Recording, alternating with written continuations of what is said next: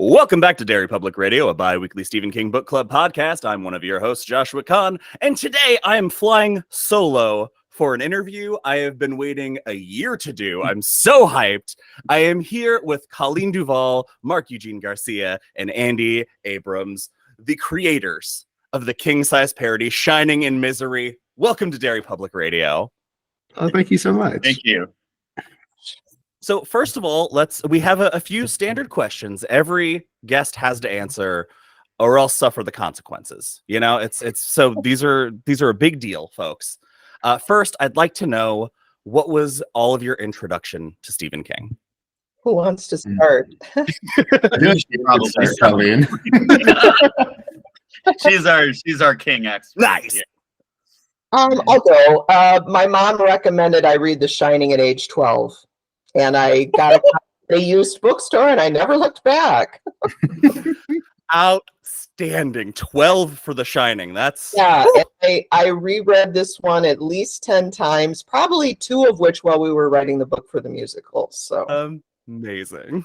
Yeah, I have 2. I mean, I first, I would say willingly, did it with Through the Eyes of the Dragon, actually. Yes. Yeah, a friend recommended that to me in middle school, and I remember reading it and loving it.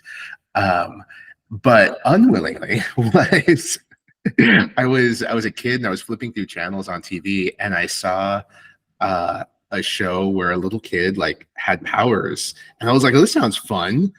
And I'm watching this kid talk to another guy through his mind, and I'm like, I'm thinking it's like Escape to Witch Mountain. I'm having a blast, and then it takes this dark turn it was The Shining on TV that I stumbled onto as a child. Oh boy. I probably came to Stephen King the latest of anybody, although Colleen and I went to high school together, so she made me watch The Shining, which I liked very much. And then I saw Stand By Me in the movie theater when it came out, and I loved it. And I realized later that wasn't your typical Stephen King story, and it wasn't until I got older that I started really like realizing how much I loved the horror aspect of what he does. Yeah. It's so crazy the amount of people, like, I love that in this we got a Stand By Me and Eyes of the Dragon, 2 very genre different that most people think of. Do you have any Stephen King moment? That's what we call them on our show. They're moments that live rent free in your head. When you think Stephen King, you think this moment from a book or a movie. I'll start because mine's really stupid. So I think of, this is terrible, I think of the little Pac-Man chompy Langoliers. Yeah, from the TV movie, awesome. which I loved, but which was terrible. And all I can see in my head is the across the airport. That's all I see in my head when and I like Stephen King more than that, but. My dad was furious because he watched that entire thing waiting to see what the Langoliers looked like, and he kept telling me, I want to see this, I can't wait for them to get there. I remember watching this with him, and then that happened. He looked at me just dumbfounded. Space meatballs. I don't see the problem. Yeah. You know, it's funny, there are so many that stick in my head, but probably a weird one that not a lot of people would think of, and this kind of harkens to Andy Abrams mentioning the movie Stand By Me. A lot of people, I don't think, realize Stephen King has a great twisted sense of humor, and that whole sequence of the story of Lardass and everybody throwing up berry pie, could not stop laughing. It was just so gross. It's so funny, and yeah, I get a kick out of his weird side like that. I think for me, it's dark, but it's when in Pet Sematary, when the little boy walks out into the road, and you know it's going to happen. Mostly because that's one of the first times I ever felt like I was watching something where I realized nobody was safe. Ooh, and all of his work is like that. Like there is no just, oh, this person's gonna make it. They have to work to make it. And that was a moment where I realized, okay, if he's gonna go here, then we're in for some good storytelling. Now, you all pass. You're allowed to continue your journey to the tower. So congratulations. Yay! Let's talk about the reason we're all here today, to celebrate Shining in Misery. Could somebody please tell us, what is Shining in Misery? Colleen? I would call it a true musical parody and comprehensive tribute and celebration to Stephen King and his amazing body of work. That is 100% something I agree with after having seen it myself. What brought this idea out? Well, it was basically Andy Abrams started out by approaching me in the summer of 2019. And we'd kept in touch over the years, and we'd always meant to collaborate on something together. Hadn't gotten around to it since high school. But yeah, someone beat us to the punch on an Edgar Allan Poe opera, so that was out. Well, but actually, I have to jump in here and say that and I'm not going to name this musical because I don't want to just say anything negative about it. But I had just been working on a horror musical directing a horror musical somewhere, and it had struck me. I was like, this isn't very good. I was like, why has no one ever done a Stephen King comic parody musical, and we could write better stuff? And so I called Colleen, the person I know who is a Stephen King expert, and said, what do you think? Could we piece this together in some crazy way? And then Mark and I had done a song. We sort of knew each other in New York, but we had done a song together for a mutual friend of ours for a musical that he just had off Broadway called Waiting in the Wings. And we really liked working together. And I thought that I thought that he had the humor, the right kind of humor to make this work. So then I went to him and said, would you like to do this? And then that started the whole. That's awesome. Yeah, it was a neat process of all of us kind of picking up where the other left off and continuing that, because we all have come in with different aspects of it. Mm-hmm. And so it's been really neat to, like, finish each other's sentences with these guys. Right. Oh. So how long have you all been working together now, collaborating? 5 years, almost 5, 4.5. Oh my God. I mean, the pandemic did rob us of some time, to be fair. I mean, yeah. So for those unfamiliar with the complexities of musical, could you each explain your role overall and what that is in musical theater to bring Shining in Misery to life? Yeah. Well, in this one, I did the lyrics for the songs, and then collaborated with Colleen on the script, on the book, the libretto. I came into Mark's lyrics and set them to music, and we talk about what is the style, what music seems to make the most sense here, what are we making fun of with the music as well as the lyric, and then we go from there. For me, this has been a wonderful adventure because this is my very first musical. I've written a lot of theater and screenplays. Nice. This has been a wonderful creative learning experience. And for me, it was just, my main thing was when we were talking about mashups, I just really wanted to see Jack Torrance and Annie Wilkes go toe-to-toe. Yes. Starting point, two of King's most iconic, crazy characters.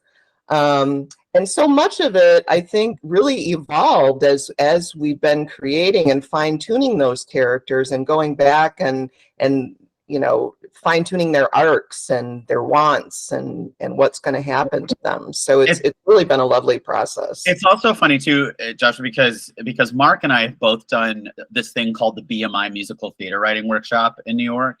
I did it before Mark, but we come from that world of structure. I mean, Mark, you echo that. Yes. They're very structure focused. 100%. And they're like, stay in, and I think that helps because it helps us structure it, and then for Colleen can kind of come into that world and play in our sandbox of structure. Musical theater structure. Yeah. Well, not just musical theater structure. I mean, yes, there's definitely that, but I mean, Stephen King's universe is so vast and so wacky with its own rules, that trying to confine that to a musical stage is very difficult. And so having it's been like almost like a translator. I feel like Colleen's come in and like, this is how this works. It's like, okay, cool. Well, this is how it works onto the stage. All right, we got and this. I have to add, as somebody who's probably, I guess I would put myself in the least of the three of us who knows Stephen King, probably, to be fair to both of them. But what cracked me up is that until closing and probably after, I was like, what does that lyric mean? And Mark will be like, it's the name of a book. And I'll be like, it is? Bag of boats? Like, the different seasons lyric, oh my god, in Wendy's song, so fucking good. I loved it so much. But yeah, Andy, I'm glad that you brought up that structure, because I think that is, to me, as a theater fan, I was a theater kid. I can't sing, so I only did one musical. But what I love about this show versus other shows that I've seen that are not, revivals on Broadway, things like that are well known, is that some of those lesser known ones feel a little sloppy, and everything about this show feels tight from beginning to end. Everything feels like it has a purpose. Everything moves something forward. If it's not moving something forward, it's because it's paying off a laugh that was built up. It's just that your structure is so solid. I mean, it's changed even since you've seen it. Oh, yeah? Oh, yeah. Oh, man. Does that mean I get to watch another version sometime on the sneak peek? Is that... Come to 54 Below on May 8th. Yeah, yes. Some new songs. You guys actually gave us an idea with your show, because Colleen, you mentioned the Jack Torrance, Annie Wilkes team up. We do a live stream called Derry Fight Night, where we turn Stephen King characters into pro wrestlers, and we do a pay-per-view event on Twitch and call it like a real match. We've done 3 of them. They're on our YouTube if you'd like to take a look. Yes. But in our next event, I'm now creating a tag team of Annie Wilkes and Jack Torrance. Love it. Well, I mean, they're destined for each other. I feel like, really because are. You have a writer and you have someone who wants to support a writer. They belong together. Which is great, because seeing that pairing, at first I was, Shining in Misery, obviously I knew these are going to be pivotal characters in there, but the first thing on my mind was, how are they going to bring these things together and make it make sense? And then it wasn't considering that relationship of Annie to writers that until it happened in the show, and I was like, duh! Oh, it's genius. There's a blizzard, and hey, they're on Colorado. And I know we were talking about structure, and I also thought we should give a big shout out to our director, Donald Garverick, who Mark knew actually previously and worked with. I did not, and Colleen did not, but boy, he did some amazing things for us, and really sort of was our dramaturg throughout this whole process, and helped steer us in the right direction in a couple of places. So he deserves a huge shout out. And then I also want to mention my orchestrator and musical director, Evan Lang, who took those songs and orchestrated them for that band that you hear, so that they sound creepier and sound like they belong in the world that they are in. So just a couple shout outs to them while we're talking about structure. Absolutely, man. For those who don't do live production, it takes a village. And they're so good. I've known Don for years now and worked with him a few times. And when we talked about who could be a possible director, knowing that Donald's background is, I mean, obviously in musical theater, and he is so good at what he does, but he spent a lot of time working on parody out here with The Office, and a parody of 90210 and so on. And he's just so good at creating a story out of that. He did like a Pirates of Penzance in Space or something. Yes, yeah, exactly. And he has his own amazing. He's a writer himself. He has a musical show choir, the musical, that shows that he knows musicals from inside out. Like, it doesn't matter what part he's working on, he knows how they work, and he was just a natural fit for this. Yeah. The show has so much, like, and even one of the lyrics that's a little kitschy. All of that charm gives me so much Rocky Horror vibes. Which is like one of my favorite. It's like one of my favorite shows to watch. you don't have to be somebody who knows everything about King, because there's plenty of other musical references. There's the pop culture references. How was it to walk that line? We wanted to have definitely as many Easter eggs as possible for the diehard #1 fans, of course. With the original production, we wound up with a little over 125 references, and that was scaling back from what we originally wanted to put in, probably more. But at the same time, like you said, the pop culture references, because of all the movie and TV adaptations of his work, even if nobody's picked up a Stephen King book, they know these characters. They know, here's Johnny. Yeah. Know that stuff. And then these two guys could really riff and parody off the well-known musicals. And a lot of them were surprisingly good fits in a very twisted, fun way. Mark, what was that? What was the one that it's still one of my favorites that I think you came up with it. You said I was watching that one made-for-TV movie, and it was the ear of corn and the ear of the corn. Eat your Sleepwalkers. Yes, I wrote down in my notes. I wrote Sleepwalkers reference, underlined it 4 times. That was one of my favorites. I have to say that was a fun moment where we were trying to figure out a good murder sequence, and that popped up, and I'm like, oh, this is delicious. We can use corn. We have corn. Right. Yeah. So great. There's a lot of it was like the material lends itself to that, but I think something that really helped was that structure. Going back to that, is that like we wanted to make sure that the show was a good show first, and then like make sure it had all the parody and the funny and all the references, but we had to make sure it worked, because there's a lot of parody out there that's just vignettes, or it's just joke after joke, but no substance. And for this, we wanted to make sure, like, okay, here's a journey, here's the characters, here's the real situation and some emotional stakes, and now here's all the funny. Yeah, every character feels true to the source material with the leniency of parody, and that's what I thought was really incredible, is seeing these characters. Like I did not recognize anybody, especially, I don't know whose idea this was. Trisha McFarland. I knew he was going to. Oh my God. Thank you for that. That made me so happy. I can't even tell you. I'm so happy to know that. A lot of that, though, knowing that the characters being true to their sound, that's Colleen. There's a lot of hey, like, because I'm writing and sending it over, and then that's actually not how that character sounds. I'm like, oh, you're right. Let's change and find this.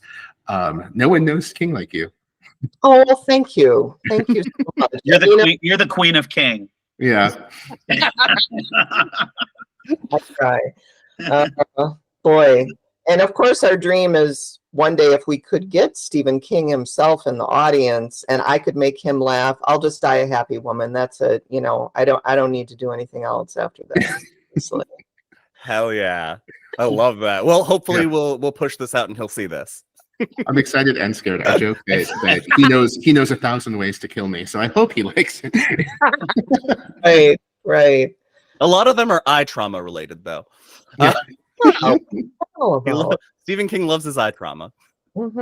So I know we've touched about things, and I plan to stay spoiler free, but then I couldn't help myself with things I want to talk about because I love the show.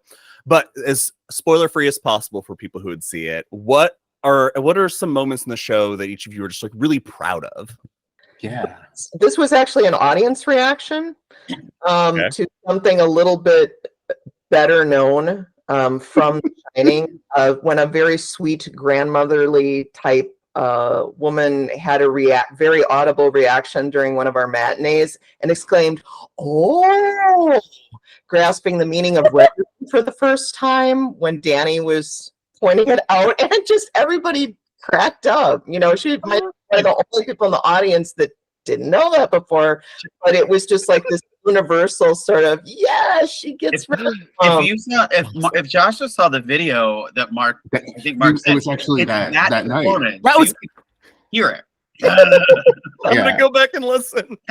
What was for me, I remember watching that live and just being so like, it was hysterical, but I was horrified because it's a moment that we know, like we all know, like red rum means murder, like that's there, and that was the moment where she was just like, oh, but for me, I'm like, there's a reveal about to happen, stop laughing, like we actually have a plot point. There's a plot coming. Yeah. Yeah, that was hysterical. I think for mine, it was at the very end of Act 1, a character pops up and he's introduced at the last second. Holy shit. And I never expected the cheers and applause at that entrance. And every time there was, and that's what made me jump like just for joy every night, is when he popped up and someone says like, who the fuck are you? And we all know. It was just, it was such a cool moment. It's such a out of left field reveal, and I lost my mind. I was so excited. Cool. That's probably one of my favorite moments too, even though I had nothing to do with it. But mine is I have to be honest, I'm probably most proud of the Hamilton parody. Like just for me musically, just because I was like, oh, that's fun. Nice. We won't say that. We can't tell people what it is. You are people. If you're listening, you need to see this show. It's so good. I will say, as a lyricist, I'm really proud of that song. Oh man, we're gonna talk about the songs here in a minute. I can't wait.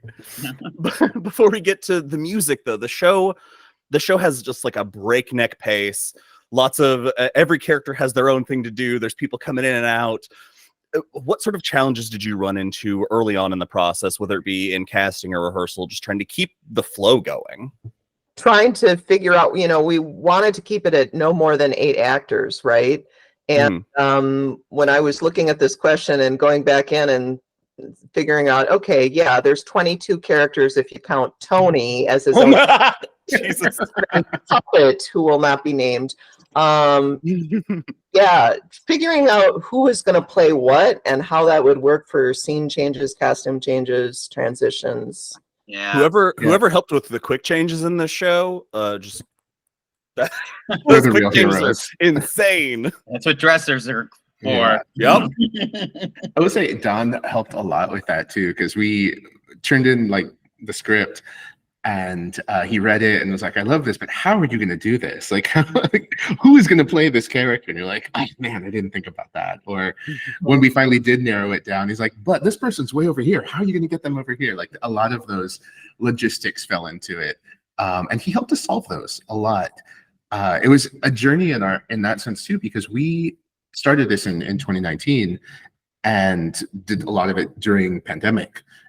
And so there wasn't the regular process of let's have a workshop, let's have a bunch of people in a room together and sing through this. There was a lot of Zoom, and even on the trip up to Wisconsin, when I was heading over there, I remember telling my husband, I'm like, I'm so excited. I have seen the material. I'm so stoked, but I'm also terrified. This could go horribly. Like, this is untested. And so I've never been in that position. And I've been so happy with how everything turned out. Actually, I want to jump in and just mention something about that, which is that, so I'm the artistic director of Capital City Theater here in Madison, which is where we premiered it. So we skipped a bunch of steps that you usually do when you write in a musical. As Mark just said, we skipped the reading process. And the reason that we ended up speeding through it was because there was this brand new festival that was starting in Wisconsin called World Premiere Wisconsin, which is amazing. And it was the first year ever for it. And we were all like asked to be part of it. And we're like, what new show? We got to do a new show. And of course we're like, well, may as well finish it and get on its feet. So there you go. So that's why we skipped those steps. And we were all very frightened. And, but what was great was that we had in our budget the money to actually, as you can see from the video, put the show up with real sets and with a real band and professional actors, and it really made a difference. A Greener Mile has been in my head since I watched it. The swearing triplet during the drive, like I just when it happened the last time, I like fist pumped. I was so excited. How hard is it to write songs that are funny, catchy, referential, and move the plot forward all at once? It's a gift. Yeah. I wish someone would give it to us. No, just kidding. I think it is hard. It's a puzzle every time, and that's the fun part of it, because when you get it right, it's so wonderful. Of course, there's like, you know, hours of getting it wrong beforehand, but once it lands, it's so much fun. But it is keeping that in mind. You know, what is the character saying at this point? Like, is this the way they talk? Is it giving us enough story? Is the story still moving? And for this one also, I really tried to like look at what Stephen King titles, what Stephen King quotes were available to us. And for that song, I just kept going back, you know, it's, you know, grass is always greener on the other side. And I'm like, well, here is this opportunity to use it, an amazing King title. And it makes sense. And so it worked for that. Cheery in the midst of all the dreary. Yeah. Yeah, that's right. Do you have a favorite song? Do any of you have a favorite song from the show? It alternates. Yeah. Amazing. Get Busy Living or Get Busy Dying, I think, turned into one that was, a lot of people came up to us afterwards and found it very, like, kind of deeply moving or inspirational. And especially considering we were writing this during the height of the pandemic. Mm-hmm. And it also made me think, there was something about the show title that I came up with that I thought, yeah, this could be talking about us getting through this collectively, shining in misery. We're all shining, doing our best to shine in misery right now. So yeah, just kind of that inspirational level of getting a little unexpectedly deep in a parody in some ways. It's there. Yeah. I think. Yeah, it's so funny because musically that song is so simple, and I've never been like, wow, that was really a brilliant writing musically. But it does get stuck in my head too, and then I'm like, you know what? That's a lot of fun, that song. Mm-hmm. So it definitely ranks up there for me. I'm gonna stick with my Hamilton parody for my favorite. but Yeah, I alternate with that, and probably the first song that I wrote that we wrote was the "Squint Through the Shining." And just because that was the one that was like, and I wrote a lot of that on a plane trip, and I remember like flying home and writing this, going, okay, yeah, we can do this, and that was like the turning point for me. And Nice. I don't know why. I Just Haven't Met Her Yet was the song that popped into my head to like use as my model musically for that song. If you listen to it again, Josh, you will hear that if you didn't the first time. Oh, I'm going to re-listen now. but and then I told Evan, the orchestrator, I was like, this is that song. And he's like, got it. I'll go like literally make it sound like that. So I didn't know that. That's Yeah. outstanding. So there it is. But Now, how many performances have been done now? this is the only show, the only production of it. But how long did it run? Just 2 weekends. Oh, just 2 weekends. What was the audience response like from those shows? Amazing. Yeah? Really? I mean, I'm not surprised. It was so funny because our invited dress, Mark will remember this well. They were invited dress, for some reason, they were lackluster. There weren't that many of them. And I drove Mark back to his hotel, and I'm like, Mark, I think we missed. I don't think we hit the bullseye. I don't know what's going to happen tomorrow. And then, of course, the next night it all turned around and everybody loved it. Yeah, That's definitely a bit of a roller coaster. From it was. I was a little terrified after that. Most people that were coming back to see it more than once, like the diehards, there was starting to be that thing happening that you were talking about. Like, it's got that potential for a Rocky Horror Picture Show type cult following. And I was noticing a lot of Stephen King t-shirts in the audience and things like that. And apparently people were talking about it out in the nearby parking garages. So figured that was good sign. We're down here in Davenport, Iowa, and when we heard about it, we were like trying to do our damnedest to get up there and make the trip to see it. You're and then so close. I know, right? Yeah, Davenport's So we not were far. yeah, we were like, all right, it's like a few hours, we can do this. And then, life happens. And then that's when I was like, well, I'm emailing Mark. I'm emailing somebody because I have to know more. One thing that was kind of interesting about that too is that I got into a habit of, when I would do my pre-show speech, of asking the audience, how many of you here are diehard Stephen King fans? How many of you here are like so-so? And then how many of you are musical theater fans?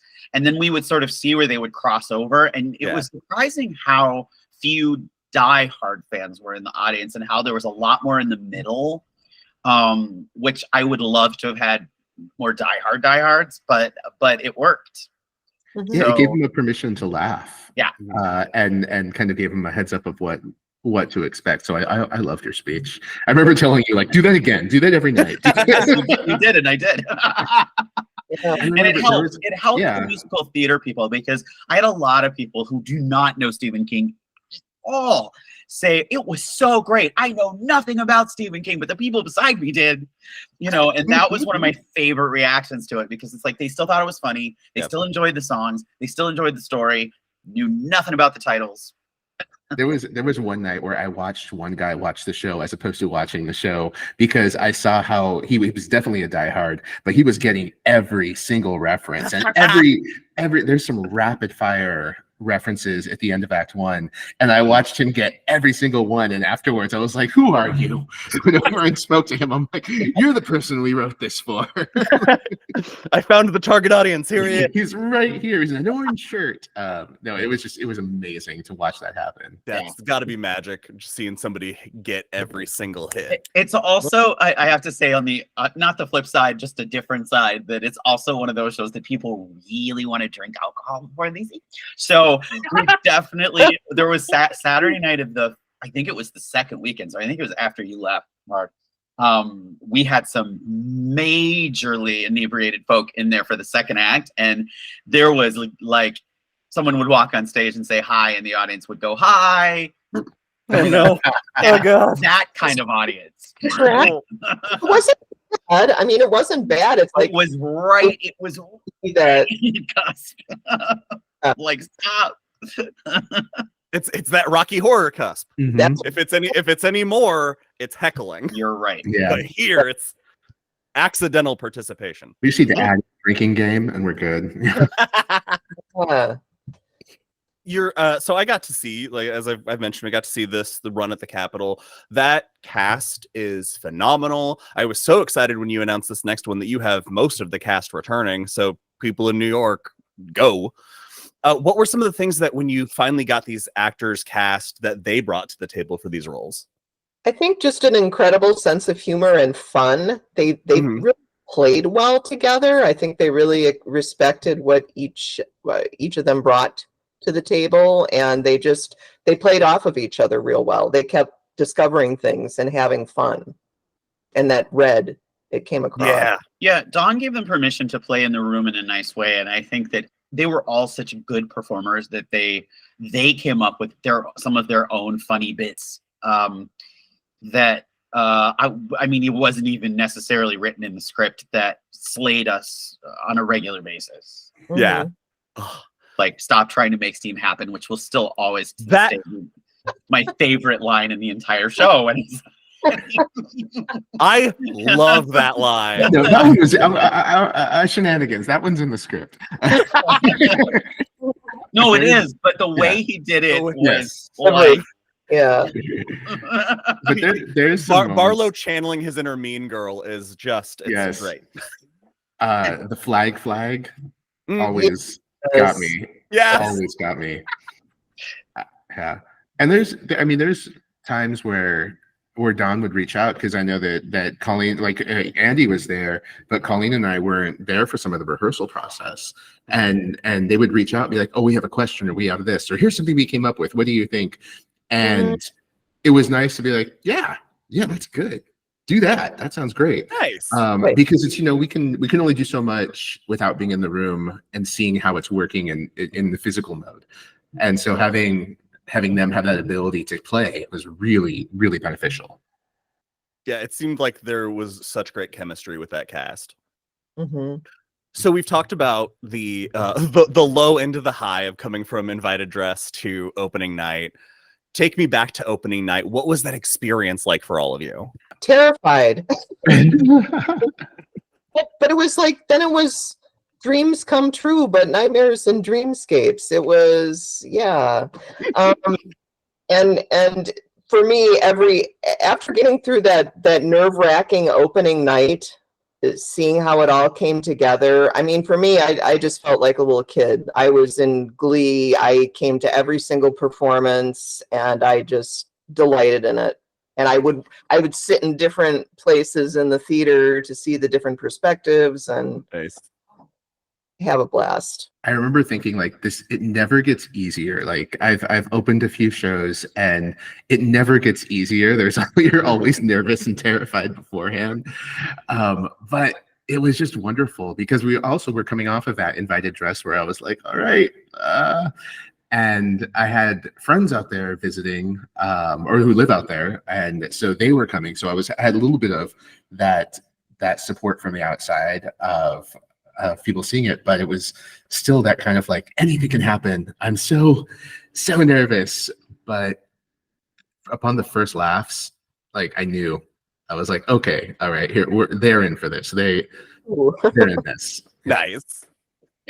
No, it was great. I mean, that's the thing about opening night is that you're biting your nails the entire time because it's the first performance, and then after it's over, you have that big sort of like sigh of relief, and it's really the next performance where you relax and you go, okay, we know it works. Let's just enjoy it. Mm-hmm. You know, Which performance did I see? you saw If you the remember. first Sunday. First Sunday. Okay, cool. Mhm. Yeah, Yeah. they were definitely settled in and like feeling it. We also did a trivia game after that day. Yeah. Where Colleen hosted, and we brought 3 and 3 on either team and had just a whole trivia game, college bowl style trivia game, and then they won stuff at the end. But it was the trivia. really Do you remember any of the really great trivia questions, Colleen? These people would appreciate it more than anybody. With the book versus the movie version of things, like I think one of them had to do with, the fact that, I don't remember exactly how the question was phrased, but the fact that in the book, Paul is hobbled by Annie, or no, he's actually, his foot is cut off, but they hobble him in the movie. And there's some debate about which is actually scarier, because she cauterizes his foot with a blowtorch in the book. Yeah, she does. I did not want to show that, but there's something effectively creepy about the whole her explaining where hobbling comes from and why she's going to have to do this for his own good, kind of a And he looks the best. Mm-hmm. I also on the misery side of this, there's a lyric that is just, it starts a running joke that is so good, and it is the your clothes are you're well hung and dry. The jokes about Paul Sheldon's endowment. Oh my god, so good. Yes, that's a #1 fan. Definitely. That's oh man, I was losing it. Was it Mark? Was it Colleen's? I don't know if it was Colleen's idea or yours to put the stress on in happiness on the fetus. That was happiness. Oh, That was Mark. yeah. That was amazing. So we've talked a little bit about some highlights of the show. Is there a part of the show that still makes you laugh when you see it? I'm a sucker for Hearts in Atlantis just because it's that duet between Jack and Annie, and then Lloyd the bartender with his droll response just cracks me up every time. The Lloyd reveal. Oh, that's so good too. Okay. Go see the show, people. Yeah. Without giving spoilers away, there is a conversation between Danny and his mom and Wendy in Act 2. That is the big reveal of why they're all there and how they got there, and in some ways who they all are. And watching that conversation, I was always just dying, because from Wendy's cigarettes to Danny to talking to both Danny and Tony. Mhm. And Right. it's not that much of a spoiler, but the fact that the choice was made that that Tony, the finger is always the middle finger, as opposed to, and I didn't catch that until like the second or third viewing of the show. Oh yeah. Oh, Oh yeah, it's funny. that's so good. Um, It took me like halfway through Act 1 to notice. I mean, and I have to say, like, we've already talked about these, but the reveal at the end of Act 1, I just sat there and waited for it because it made me so happy. And Stop Trying to Make Steam Happen, I sat and waited for it every night because it made me laugh so hard. And it's just silly. It's silly, but it's wonderful, and that's what parodies are about. I Wonderful. also really did enjoy Pennywise's entrance in the, well, it used to be called You Could Be It. It's not called that anymore. But we can't give that away. But what he's wearing when he comes in. Well, always appreciated that. Pretty Yeah. funny. Yeah. Oh, I loved that. So we've dropped the hints for New York folk, and Andy, you mentioned it earlier. Where is the next chance people have the opportunity to see Shining in Misery live? Well, at 54 Below in New York City, which is the famous cabaret club that's below Studio 54 on, you guessed it, 54th Street, and it's on May 8th at 9. We're in the late slot, so it doesn't start until 9:30, which actually makes sense for us because of the show that we're doing. Yeah. And we are hoping to get a mixture of potential producers that might be interested in the show. And also diehards. We would love to have diehards there. So diehard King fans, please come and see the show. If you're in the New York area, make the trip. I promise you will not regret it. I laughed my ass off. So if let's say a fan is listening and they're in, I don't know, Davenport, Iowa, where we have a musical theater and we could put up a show, how would somebody listening to the show who has a place get you there? That's a really good question. Well, I should also mention that we have a website. Yep. Yes. shininginmisery.com. Anybody, and you can actually see some video of the show. You can read more about us. You can read more about the show, all of that stuff. And we actually have an email that people can actually write us at, that we all see.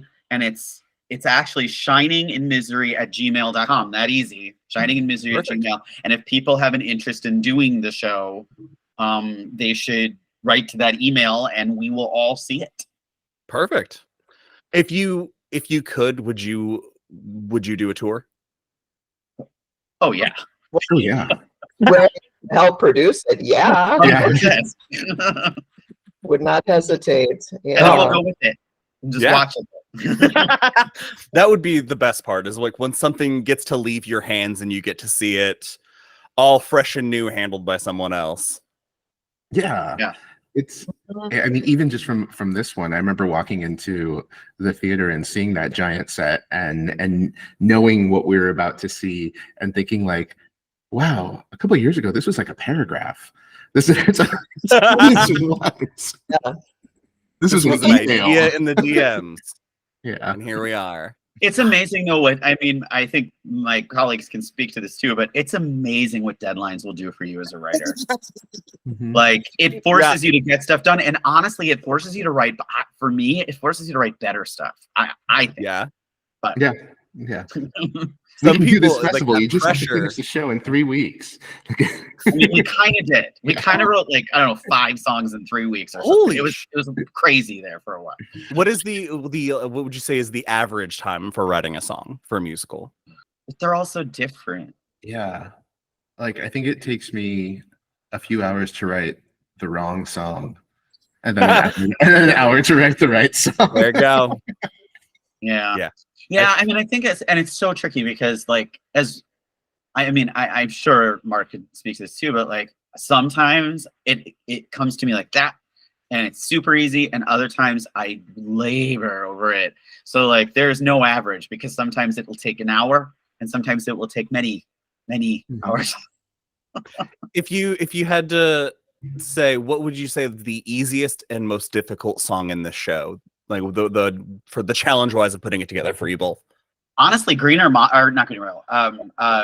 Get Busy Living was super easy to write musically, because Colleen said King's favorite band is the what do you call it? The Ramones. That's Ramones, one of right. my favorite bands. The Ramones. So I started listening to the Ramones, and I got hung up on what's that thing about the Earth, the last night, or what is it? The song they wrote that it's kind of famous. I Don't Want to Be Buried in a Pet Cemetery. No, it wasn't that one. There was another one that I got really. That Ramones. Love that song. That saying, "This is what we should have something like this." Yeah. No, but I listened to some Ramones, and I'm like, okay, I get it. And so when I saw the lyric, I was like, I get it.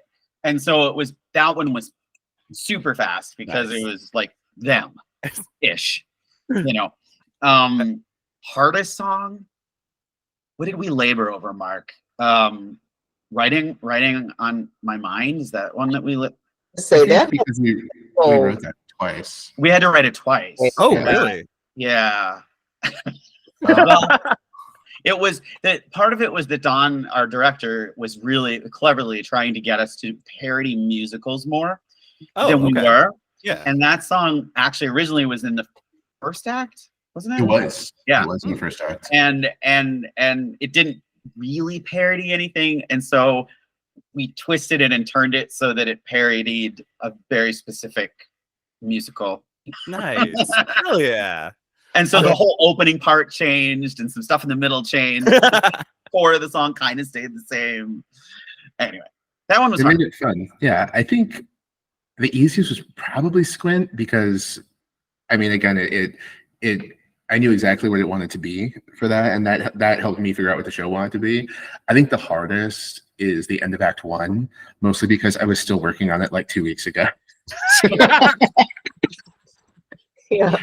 You know, and I think that speaks to structure too, in a way, because the end of an act in musical theater is when we learn to write shows, what we learn is that the end of the first act has to be the point of no return. So it's the point at which characters reach a point where they can no longer go back, and the audience has to go, oh gosh, what's going to happen next, right? And when you have 4 people in a conundrum ensemble where they're all in a conundrum about something, that's hard to write. I think that's what you're reacting to. At least that's what I was reacting to when I was But like I said, this show is nonstop plate spinning. There's no rest for the weary in this show, and now it's gonna even more like that in the rewrites that are 100%. Right, especially for poor Wendy, who Madeline, who played all of those roles so quickly. Man, is she who had the most costume changes? Yes. Yeah, I think so. Oh gosh, I played 8 characters, like something like that. It was crazy. Yeah. Yeah. What sucks about the costume changes for me is that I want to write all this backup harmony, and I can't because they're all getting their costumes changed. And I only got 2 people on stage, and I got 4-part harmony. Well, musical theater problems, you hate it. So where can people follow each of you, your careers, and everything Shining in Misery?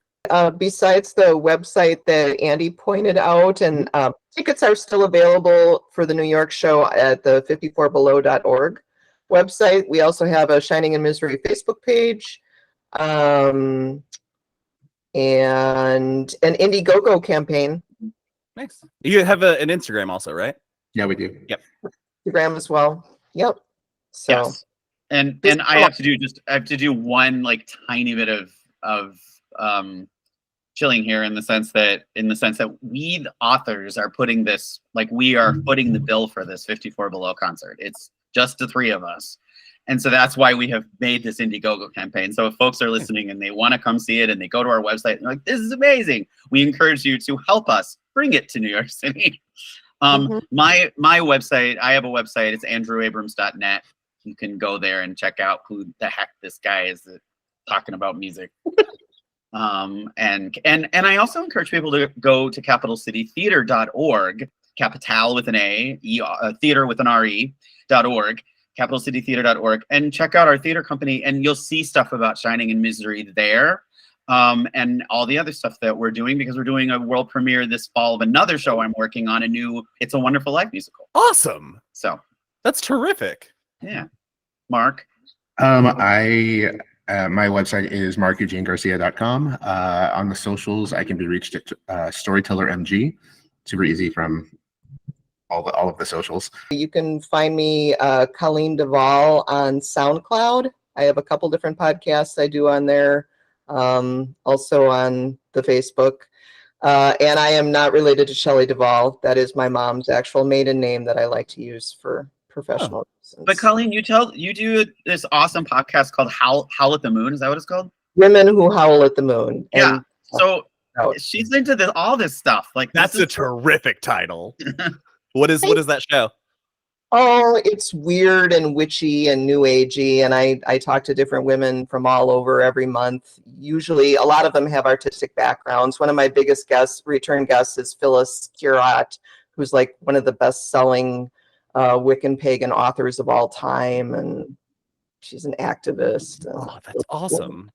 All right, we're gonna go ahead and make sure we get links to the tickets for the show, your Indiegogo. We'll get all that, put that in the show notes. So if you are listening and it is you are able to make it to New York, I encourage you, go see the show. I know I've said it a million times today, but like I was on the floor laughing. I had so much fun with this. Thank all of you for being here, and thank you for being willing to share this piece of art with all of us King fans. Oh, definitely. Pleasure. So much. Yeah. That's it for this episode of Derry Public Radio. As always, thank you for listening. Join us for our next episode. For Colleen Duvall, Mark-Eugene Garcia, Andy Abrams, I'm Joshua Kahn saying thank you and good night. That's all for now, listeners. Goodbye.